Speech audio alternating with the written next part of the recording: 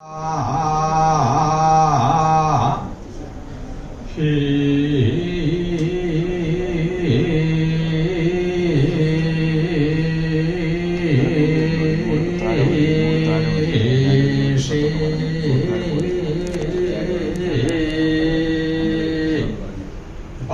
സാമാണത്. ഇങ്ങനെ രണ്ടാമത്തെ സാമം വേറെ തരത്തിലാണ്. അപ്പൊ ഓഗ്നായി ആയാഹിവായി ആയാഹിവായി എന്നൊക്കെയാണ് ഇപ്പൊ ചെയ്യുന്നത്. രണ്ടാമത്തെ ആകുമ്പോ അഗ്ന ആയാഹി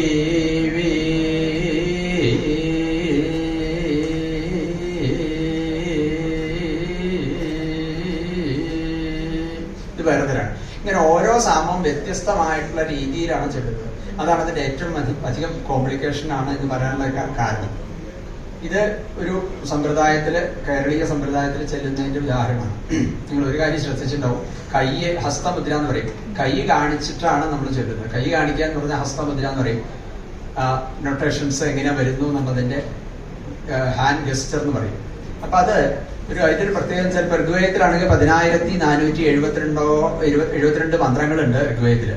ഈ ഇത്രയും 10,000-ൽ പരം മന്ത്രങ്ങളും ഒരാൾക്ക് വേറൊരാള്, ഒരു വേദം അറിയാവുന്ന ഒരാള് വേദം അറിയുന്ന വേറൊരാൾക്ക് കൺവേ ചെയ്യുന്നത് നമുക്ക് വേദം ഉച്ചരിക്കാതെ പറ്റും. കൈകൊണ്ട് കാണിച്ചാൽ ഒരു 10 സെക്കൻഡിൽ 5 സെക്കൻഡോ 10 സെക്കൻഡോ കൈ കാണിച്ചു കഴിഞ്ഞാൽ ഈ 10,000-ൽ ഏത് മന്ത്രമാണ് നമ്മൾ ഉദ്ദേശിക്കുന്നത് മറ്റൊരാൾക്ക് മനസ്സിലാക്കാൻ പറ്റും. അത്രയും ടെക്നിക്കലായിട്ടുള്ള അഡ്വാൻസ്ഡ് ആയിട്ടുള്ള ഒരു മെത്തേഡാണ് ഈ ഹസ്തമുദ്ര എന്ന് പറയുന്നത്. ഞാൻ ഒന്നുകൂടി പറയാം, കൈ കാണിക്കുന്നതിൽ മാത്രം നമുക്ക് കൺവേ ചെയ്യാൻ പറ്റും ഈ മന്ത്രങ്ങൾ. അത്രയും അധികം